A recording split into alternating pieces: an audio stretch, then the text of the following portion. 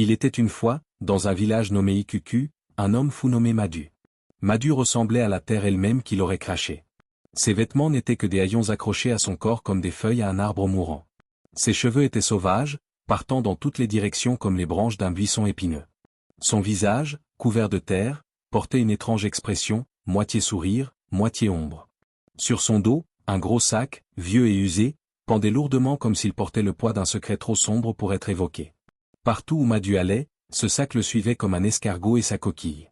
Les villageois le regardaient de leurs fenêtres. « Qui est cet homme » murmura l'un d'eux. « On dirait qu'il n'a ni maison ni famille » dit un autre. Une femme secoua la tête, « Il doit être fou. » Madu ne semblait pas remarquer leur murmure. Il marcha droit vers le grand arbre Yoko près de la place du marché et y déposa son sac. L'arbre se tenait haut, ses branches s'étendant largement comme les bras d'un géant. C'était là que Madu avait fait son foyer. Il s'allongea sous l'arbre et s'endormit, la pluie tombant autour de lui comme une couverture froide. Les mères avertissaient leurs enfants, « Restez loin de cet homme, les fous peuvent être dangereux. » Les enfants acquiesçaient, mais leurs yeux étaient curieux, ils voulaient savoir ce qu'il y avait dans ce sac. C'était trop gros pour que Madu puisse le porter et il semblait toujours sentir quelque chose d'étrange comme des feuilles sèches et du bois brûlé.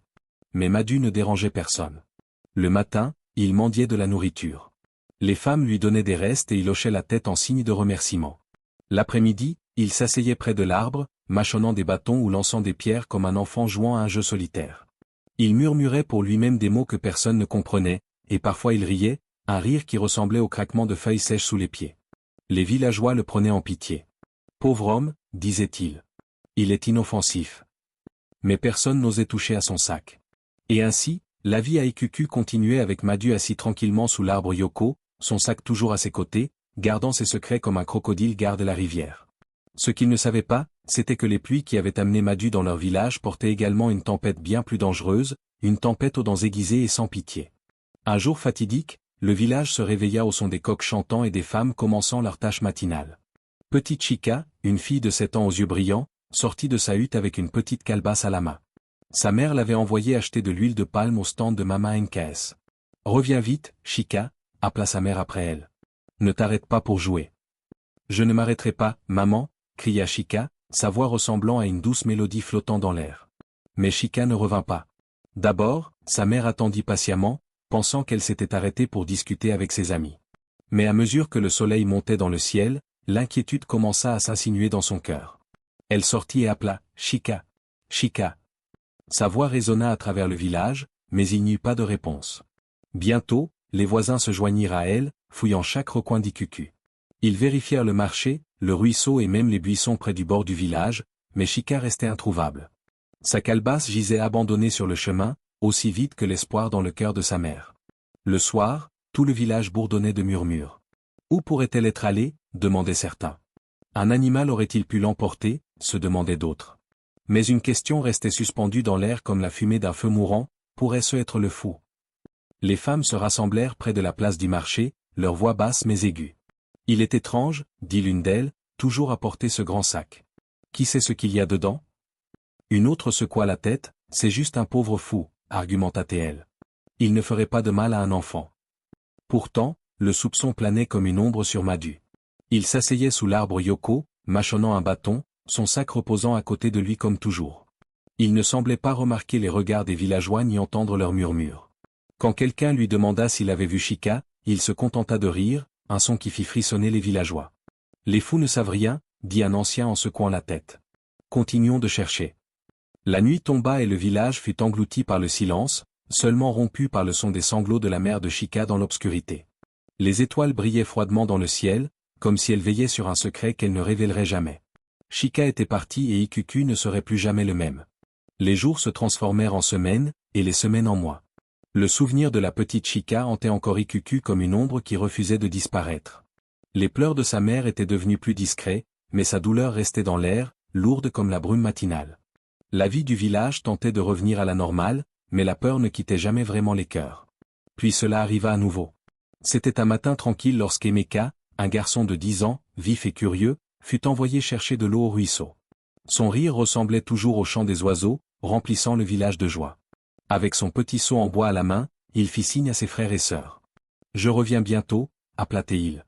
Mais Emeka ne revint jamais. Quand le soleil monta haut dans le ciel et qu'il n'y avait toujours pas de signe de lui, sa mère s'inquiéta. Elle envoya son frère aîné vérifier le ruisseau. Le seau était là, posé sur la rive, mais Emeka avait disparu, comme si la terre l'avait avalé tout entier. Son frère retourna au village en criant « Emeka ! Emeka a disparu !» La nouvelle se répandit rapidement. Les villageois se rassemblèrent à nouveau, leurs visages pâles et leurs cœurs battant la chamade. « Pas un autre enfant » murmurèrent-ils, leur voix tremblante. Ils fouillèrent le ruisseau, les buissons et les fermes voisines, mais Emeka restait introuvable. La peur qui avait été en latence s'éleva maintenant comme une inondation, noyant le village dans la panique. Les mères tenaient leurs enfants près d'elles, refusant de les quitter des yeux. Les portes étaient verrouillées dès que le soleil commençait à se coucher, et les rues animées du village devenaient calmes et tendues. Comme auparavant, des murmures à propos de Madu remplissaient l'air. « Ça doit être lui », dit une femme, sa voix basse. « Il est venu avec ce sac, et depuis, nos enfants disparaissent. »« Mais il est fou », argumenta une autre. « Que ferait un fou avec des enfants ? » « Il est toujours assis sous cet arbre, à tout observer, » dit quelqu'un d'autre. « Et s'il faisait semblant ?» Malgré les murmures, personne n'osa confronter Madu. Il s'asseyait sous l'arbre Yoko comme toujours, mâchonnant des bâtons et fredonnant pour lui-même, son sac toujours présent, reposant à côté de lui, silencieux mais suspect. La peur se propagea comme une traînée de poudre à Ikuku. Les enfants ne jouaient plus dehors et même les chasseurs les plus courageux hésitaient à rester tard dans la forêt. Chaque ombre semblait vivante, chaque son une menace. Pourtant, malgré toute leur peur, les villageois gardaient leur distance avec Madu. L'idée de l'accuser, d'ouvrir son sac, était trop difficile à supporter. Et ainsi, le village vivait dans une terreur silencieuse, comme s'il retenait son souffle, attendant la prochaine tempête.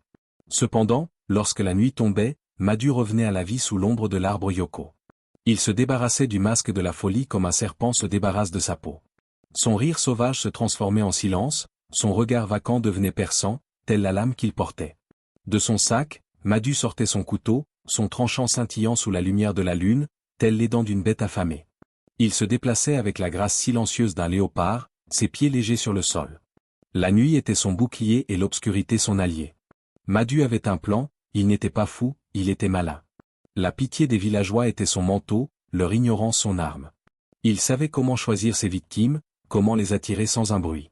Les enfants étaient faciles, il se cachait dans l'ombre, attendant qu'une petite silhouette passe. Puis, il surgissait, son visage sale déformé par un simulacre de gentillesse. « Viens ici, petit », disait-il, sa voix mielleuse. « J'ai quelque chose pour toi, des bonbons, des fruits, tout ce que tu veux. » Trop effrayés pour crier et trop tentés pour fuir, les enfants le suivaient, et quand ils étaient suffisamment proches, Madu frappait. Rapide, silencieux, son couteau se mouvait tel un serpent, et le méfait était accompli. Les femmes venaient ensuite. Celles qui allaient chercher de l'eau tard le soir, pensant que le chemin était sûr, devenaient ses proies. Madu s'asseyait au bord de la route, faisant semblant de dormir. Lorsqu'elles passaient, il se levait comme un fantôme et les attrapait avant qu'elles ne puissent appeler à l'aide. Même les hommes, les fermiers et chasseurs robustes qui s'aventuraient trop loin dans la forêt, n'étaient pas en sécurité. Madu connaissait leur routine, leurs faiblesses. Il était patient, tel une araignée attendant dans sa toile. Son sac, maintenant plus lourd, Madu se dirigeait profondément dans la forêt, où les arbres murmuraient des secrets au vent. Là, caché parmi les ombres, se trouvait une petite hutte. C'était là que les ritualistes attendaient, des hommes au désir sombre. Ils accueillaient Madu comme un vieil ami, leurs visages avides et gourmands. « Bon travail », disait l'un d'eux en comptant les têtes. « Tu seras bien récompensé. » Madu récupérait son paiement, une liasse de pièces ou des biens, et disparaissait dans la nuit. Au moment où le premier coq chantait, il était de retour sous l'arbre Yoko, fredonnant et mâchonnant des bâtons, l'image même d'un fou inoffensif. Personne ne soupçonnait rien, personne n'osait poser des questions. Le sac qui reposait à côté de lui renfermait les plus sombres secrets du village, un secret que Madu portait comme un fardeau dont il s'était depuis longtemps habitué. Et ainsi, tandis que le village dormait, Madu prospérait, son mal caché à la vue de tous. La vie secrète de Madu continuait, mais même le crocodile le plus rusé risquait la colère de la rivière. 3 fois, Madu faillit rencontrer sa fin, mais chaque fois, il s'échappait tel de l'huile sur l'eau. La première fois, ce fut un après-midi lumineux. La femme d'un fermier revenait de sa ferme, son panier rempli de manioc. En passant près de l'arbre Yoko, elle jeta un coup d'œil à Madu assis avec son sac comme d'habitude. Quelque chose attira son attention, des gouttes sombres et collantes coulant du fond du sac. Du sang. Son cœur manqua un battement. Elle se hâta de rentrer chez elle et raconta à son mari, ses mots s'échappant comme une poterie brisée, « Il y a du sang sur le sac de ce fou. » tu dois aller voir. Le fermier rassembla quelques hommes, leurs machettes brillant sous le soleil. Ils marchèrent vers l'arbre Yoko, déterminés à confronter Madu. Mais en les voyant approcher, Madu bondit sur ses pieds, les yeux écarquillés et sauvages. Il se mit à crier, agitant les bras comme un prophète fou, « Laissez-moi tranquille », hurla-t-il. « Les esprits me parlent, ils vous maudiront si vous vous approchez. » Les hommes hésitèrent, la peur s'insinuant dans leur cœur. « Les fous ont une magie puissante », murmura l'un d'eux. Lentement, ils reculèrent, laissant Madu rire sous l'arbre, son sac intact. La deuxième fois, ce fut au plus profond de la nuit. Un chasseur revenant de la forêt vit Madu traîner son sac à travers les buissons. Le chasseur. Ed se cacha derrière un arbre, sa curiosité brûlant comme une flamme. Il suivit silencieusement, marchant avec précaution pour éviter de faire du bruit. Madu s'arrêta soudainement et se tourna, ses yeux brillants comme des braises dans la lumière de la lune. Le chasseur se figea, son courage fondant comme de la cire avant le feu. Sans un mot, il lâcha sa lance et courut vers le village, son cœur battant comme un tambour. « Je l'ai vu », dit-il aux villageois. Ses yeux étaient comme du feu. Il n'est pas fou, il est quelque chose de pire. Mais la peur empêcha les villageois d'agir. Le troisième appel de près eut lieu un après-midi paresseux. Un groupe de garçons, ennuyés de leur jeu, décidèrent de se lancer des défis. « Voyons ce qu'il y a dans le sac du fou », dit l'un d'eux, les yeux brillants de malice. « Es-tu toi-même fou » demanda un autre, mais ils rirent tous et acceptèrent. Ils s'approchèrent de l'arbre Iroko, leurs pas aussi légers que ceux d'un chat. Mule était allongé, ronflant doucement, son sac à côté de lui. Un garçon, plus courageux que les autres, tendit la main pour soulever le sac, mais juste au moment où ses doigts le touchèrent, le rire de Madu éclata comme du tonnerre. Les garçons crièrent, lâchant leurs bâtons et courant aussi vite que leurs jambes pouvaient les porter. Derrière eux, le rire de Madu les suivait, résonnant comme un gémissement de fantôme. Bien que Madu ait échappé chaque fois, ses appels rapprochés commencèrent à agiter l'air à Ikuku. Les villageois sentaient une angoisse rampante comme une tempête se profilant à l'horizon. L'arbre Iroko, autrefois juste une partie du village, dominait maintenant comme un témoin silencieux de quelque chose de terrible, et Madu, le fou, s'asseyait dessous, son sac gardant ses secrets comme un lion endormi. Pendant ce temps, au cœur du palais d'Ikuku vivait la princesse Adaora, le joyau du pays. Sa beauté brillait comme le soleil du matin et sa gentillesse était aussi douce que la brise du soir. Tout le monde l'admirait car elle traitait même le plus pauvre des villageois comme sa famille. Son rire pouvait chasser les nuages les plus sombres et son cœur était aussi grand que le ciel.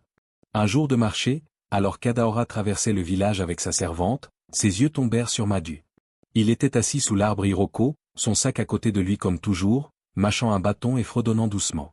Les villageois l'évitaient, leur peur formant un mur invisible autour de l'arbre, mais Adaora s'arrêta et le regarda fixement. « Pourquoi tout le monde l'évite-t-il » demanda Adaora à sa servante un jour. « C'est un fou, ma princesse » répondit la servante, la voix tremblante. « Les gens disent qu'il est dangereux. »« C'est toujours un être humain » dit fermement Adaora. « Personne ne mérite d'être traité comme un animal. » Le lendemain matin, Adaora apporta un bol de porridge chaud à Madu. « Tiens, mange » dit-elle d'une voix douce. Madu leva les yeux, surpris. Pendant un moment, ses yeux s'adoucirent et il sourit, un sourire qui semblait presque humain. « Merci » murmura-t-il en prenant la nourriture avec des mains tremblantes. À partir de ce jour, Adaora visita souvent Madu, lui apportant de la nourriture et s'asseyant même pour discuter avec lui. Elle le traitait comme s'il était normal, lui demandant sa vie et écoutant ses réponses bégayantes. Les villageois murmuraient, « Pourquoi la princesse passe-t-elle du temps avec le fou » demandait-il. « Ne voit-elle pas combien il est étrange ?» Mais Adaora n'avait que faire des murmures. Elle croyait en l'aide aux gens, peu importe qui ils étaient. Sa gentillesse brillait comme un phare, mais elle ne savait pas qu'elle attirait le danger plus près. Madu, sous son masque de folie, voyait Adaora comme plus qu'une gentille princesse. Il la voyait comme un prix, un trésor plus grand que tout ce qu'il avait jamais revendiqué. Sa tête, pensait-il, me rendra plus riche que mes rêves les plus fous. Le ritualiste paiera n'importe quoi pour la fille du roi. Et donc, tandis que la gentillesse d'Adaora grandissait, les plans de Madu s'assombrissaient. Derrière chaque sourire qu'il lui adressait, il y avait une ombre, une fin pour la trahison ultime. Un jour, alors que le soleil se couchait sous l'horizon, baignant le village dans une douce lueur dorée, Adaora était allé voir Madu comme d'habitude. Mais quand les portes du palais se fermèrent et que les étoiles remplissaient le ciel, elle ne revint pas. Sa servante, inquiète, alla voir le roi. « Votre Majesté, » dit-elle en chuchotant. « La princesse n'est pas revenue. » Le cœur du roi se serra. Il ordonna à ses gardes de fouiller le village. Ils allèrent au marché, au ruisseau et dans chaque hutte, appelant « Princesse Adaora. Princesse Adaora. » Mais la nuit ne répondit que par le silence. Les villageois se rassemblèrent, leurs visages pâles de peur. Qu'a-t-il pu lui arriver, murmurait-il. Une vieille femme, s'appuyant sur son bâton de marche, prit la parole. Vérifiez le fou, dit-elle d'une voix ferme. Son sac est toujours plein et il sent trop bon pour un fou. Les gardes hésitèrent mais acquiescèrent. Ils marchèrent jusqu'à l'arbre Iroko, leur torchée éclairant l'obscurité. Madu était là, comme toujours, assis avec son sac. Il fredonnait pour lui-même, se balançant d'avant en arrière comme un enfant. « Qu'y a-t-il dans ton sac » demanda l'un des gardes en s'avançant. Madu leva les yeux écarquillés. « Des esprits » cria-t-il en riant. « Les esprits me parlent, vous ne pouvez pas toucher leur maison. » Mais cette fois, les gardes ne reculèrent pas. Ils saisirent le sac, leurs mains fermes. Madu cria, les griffant, mais ils déchirèrent le sac. Le village se figea. À l'intérieur du sac se trouvait la tête de la princesse Adaora, ses cheveux dorés brillants encore, son visage figé dans une expression paisible. À côté d'elle, il y avait d'autres têtes, celles des villageois disparus, Chika, Emma et d'autres. Le gaz emplissait l'air, suivi de cris d'horreur.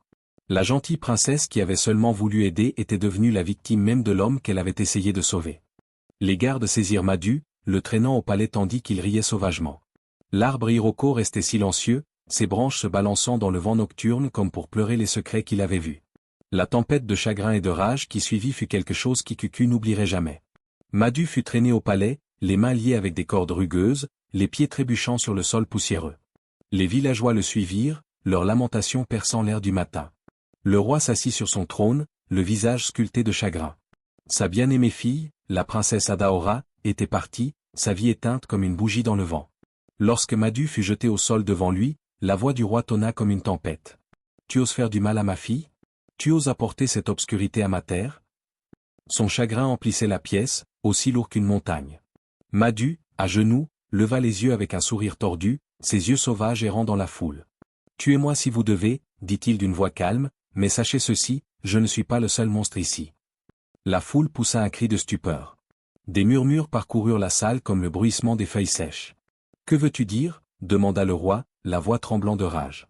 Madu rit, un son qui envoyait des frissons dans le dos. « Vous m'appelez maléfique, mais votre propre cupidité nourrit les ritualistes. Vous vendez vos terres, l'avenir de vos enfants, pour des promesses de richesse et de pouvoir. Sans vous, il n'y aurait pas de marché pour les têtes que j'ai apportées. » Les villageois se turent, leurs visages pâles. Ces mots frappaient comme un fouet, chaque vérité dure qu'ils ne pouvaient nier. « Vous plaignez le fou, continua Madu, mais vous devriez vous plaindre vous-même. C'est votre cupidité qui empoisonne cette terre, pas moi. » La douleur du roi se transforma en fureur. « Assez, rugit-il. Tu as pris ce qui ne peut être remplacé. Ta vie se terminera aujourd'hui et le mal que tu as apporté finira avec toi. » D'un geste rapide, les gardes exécutèrent l'ordre du roi. Le rire de Madu s'arrêta, remplacé par les murmures calmes de la foule, mais ces mots restaient dans l'air, lourds et indéniables, laissant les villageois honteux et en colère contre eux-mêmes.